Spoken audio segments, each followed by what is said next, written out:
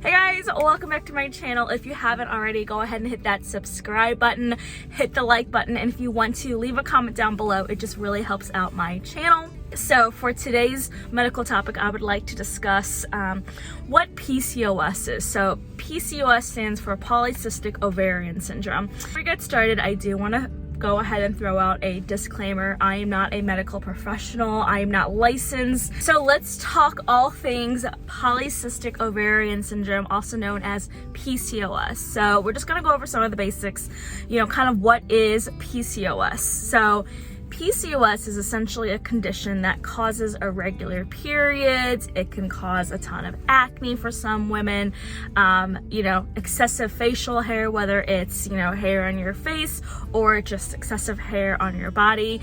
A lot of women experience kind of different symptoms, and the funny thing about this is that, it is a very common diagnosis. So about 5 to 8% of women all have PCOS in some form. And, the thing about polycystic ovarian syndrome is that it can make getting pregnant very difficult for women that do have PCOS. So luckily there are treatments and medical interventions that a woman that has PCOS can go through to not only become pregnant, but become a healthier version of themselves. So the first question is, what causes PCOS? So in PCOS, essentially the woman's ovaries do not work normally and produce too much testosterone. So testosterone is essentially a male hormone, and people technically do have some form of testosterone, but what happens with women with PCOS is that the ovaries produce very small amounts, but with PCOS, they make more. So about once a month, the ovary is supposed to make a structure called a follicle, and as the follicle grows, it makes hormones. Then at that point, after it's made a hormone, the follicle releases an egg, and that is when a woman enters into what's called ovulation. But unfortunately, women with PCOS, they make too small of follicles instead of like a large, big follicle, and it causes their hormones to become unbalanced. It makes ovulation not necessarily happen every single month, which again, if you're trying to have a baby with your husband, it can make it very difficult to get pregnant. So some of the symptoms of PCOS is, thick facial hair. Some women, experience acne, a lot of oily skin, pimples, hair loss, which unfortunately, does happen to a lot of women, and weight gain and obesity, even though not everyone with PCOS has the obesity problem.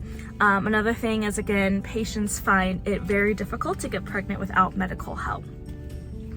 Some also concerns about PCOS of, how are you tested for it? How do you know you have PCOS?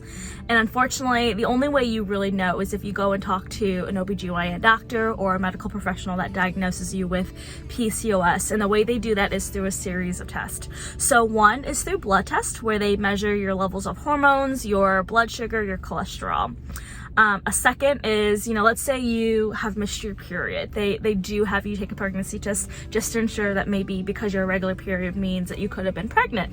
A lot of patients don't know about that before they come in. So, pregnancy test also helps measure PCOS. And then the third thing is through a pelvic ultrasound, which is how I was diagnosed with PCOS. The ultrasound essentially is just a test where they use sound waves to make a picture of your uterus and your ovaries, which in my opinion is super crazy. Luckily though, some good news is that PCOS can be treated if you take the correct medical interventions to get there. So some of the things that medical professionals can recommend are birth control. So birth control helps with improving many of the symptoms. Now it doesn't, cure it, but it does help, such as like the irregular periods, the acne, facial hair, etc. Now birth control does lower your risk of cancer in your uterus. Now, if you're someone who doesn't particularly want to get on any kind of contraceptive or birth control, whether it's, a religious reason or just a personal reason, there are other things you can do. So there are certain medications you can take.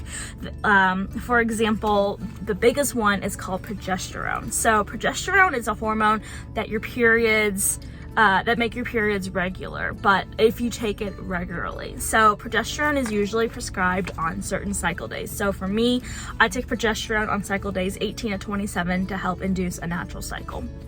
The medication I particularly take is called Provera, and Provera is like a natural progesterone, which also goes by the name Perturium. Now again, I'm not a medical professional. But yeah, so there are a lot of things that you can do. You can take spirulactin if you're having a ton of acne. So there's, again, many treatment options. A lot of times patients ask me, is there anything I can do naturally to cure my PCOS? And I know it's crazy, but the simplest thing you can do is just, being aware of your diet, making sure that you're staying active, and even losing 5% of your body weight can help improve your symptoms. So a lot of women, they want to know, what can I do if I want to try to become pregnant?